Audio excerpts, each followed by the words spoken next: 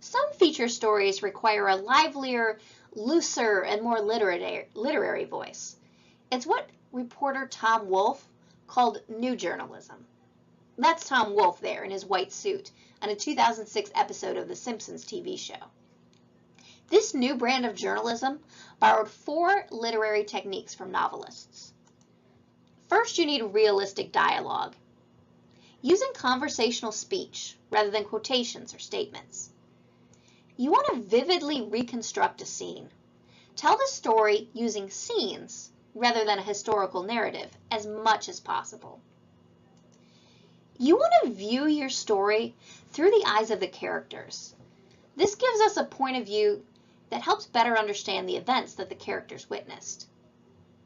Recording everyday details, such as behavior, possessions, friends, and family, these indicate the status of life as a character.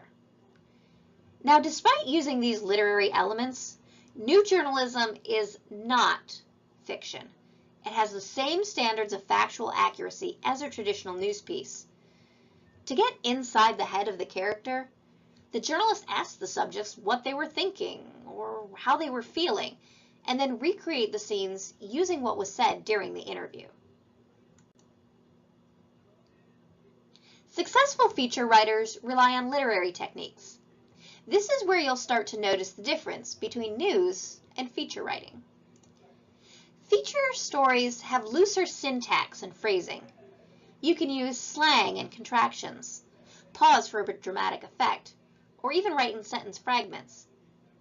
You still want to make sure everything is spelled correctly and in proper AP style though, so don't think you're getting off that easy. News stories are usually written in the past tense, noting that something already happened. Feature stories, however, are written in the present tense to help give readers the feeling that they're actually present, watching a story unfold. Feature stories can use dramatic techniques and intense realism. Just like with feature obituaries, they sometimes skip attribution to make the story flow better. But that also means the reporter has to be extra sure that every detail is true.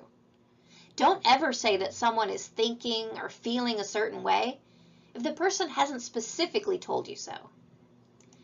Finally, feature stories are filled with more detail and descriptions than news stories. They help capture the moment, not just tell facts.